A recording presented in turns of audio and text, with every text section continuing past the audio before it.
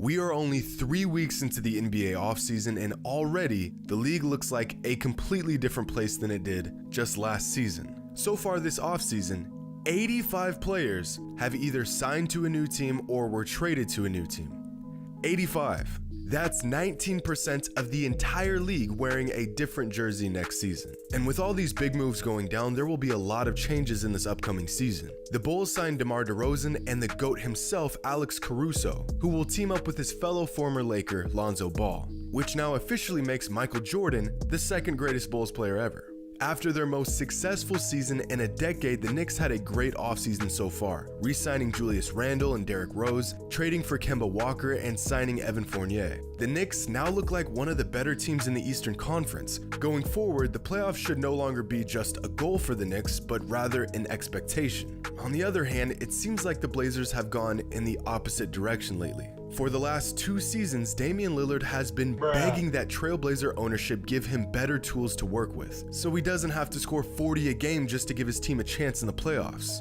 And their response was to sign Cody Zeller, Ben McLemore, Tony Snell, while simultaneously losing Enes Kanter, Zach Collins, and Carmelo Anthony. I mean, there's bad off seasons, and then there's this. At this point, it's almost like the Blazers want Dame to leave, because in today's league, any player can leave at any time. In the last 2 weeks alone, the combined contracts of every player that has been signed or traded to a new team are worth... Y'all ready for this number? Yeah, that's... All right, that's good. Okay. All right, that's good. It's enough slices!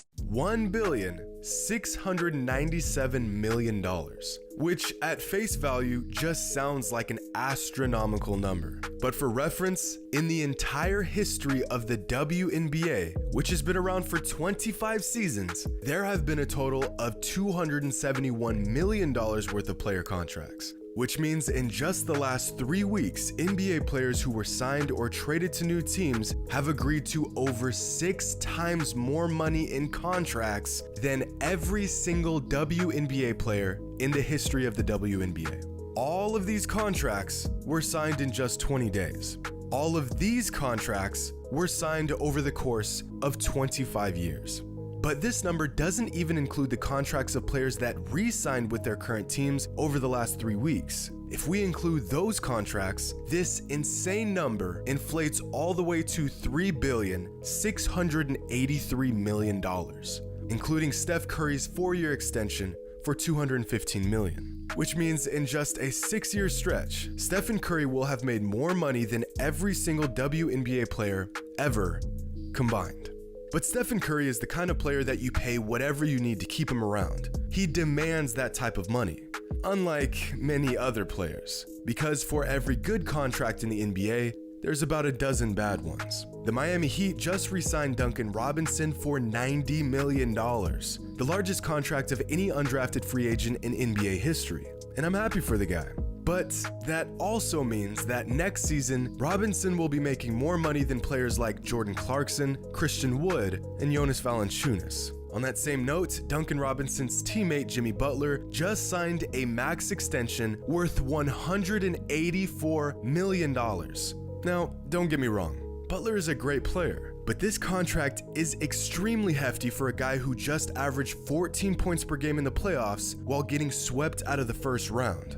This contract means that when Jimmy Butler is 36 years old, he'll be making nearly $52 million in the final season of this 4-year deal. This also means that by next season, Jimmy Butler will be making more money than Joel Embiid, Nikola Jokic, Anthony Davis, and will be making just about as much as Giannis. Like I said, Butler is a great player who offers a lot more than just numbers on a box score, but to pay him like he's a generational talent doesn't seem like the best investment for a franchise looking to build on their young talent. But the big story that has unfolded over the last 2 weeks is the Los Angeles Lakers. There is a lot to unpack here. So where do we begin? Well, for starters, the Lakers are a completely different team than they were even 2 weeks ago. Of the 15 players currently on their roster, 8 of them were not on the team last season. These new players include Russell Westbrook, Trevor Ariza, Malik Monk, Kendrick Nunn, Dwight Howard, Wayne Ellington, Kent Bazemore, and Carmelo Anthony. In fact, this new Lakers squad is so new that the longest tenured player on the entire team is LeBron James, who's been on the Lakers for 3 seasons. And equally as shocking as the complete overhaul of their roster is the age of this roster. Now, the average age of an NBA player last season was 26 years old. The Oklahoma City Thunder have the youngest roster in the NBA with an average age of just 22.8 years old, which just makes me feel old and stupid and ancient. But the Lakers, on the other hand, have a roster made up of players with an average age of 31.5 years old. 31.5. Last season on the Wizards, Russell Westbrook had played more NBA seasons than anyone else on the entire roster. This upcoming season, there will be 7 players on the Lakers who have been in the NBA longer than Russ. Dog, this team is just old. And this got me thinking, is this Lakers squad the most accomplished group of NBA teammates ever?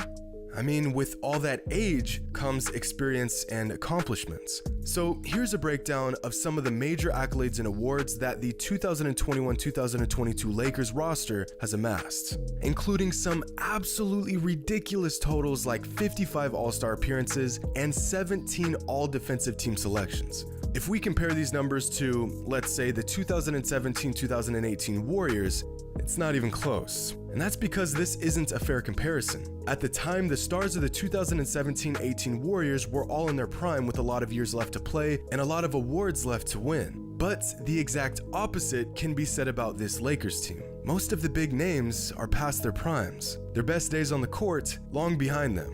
So instead of comparing them to the Warriors, let's try to find a more suitable comparison.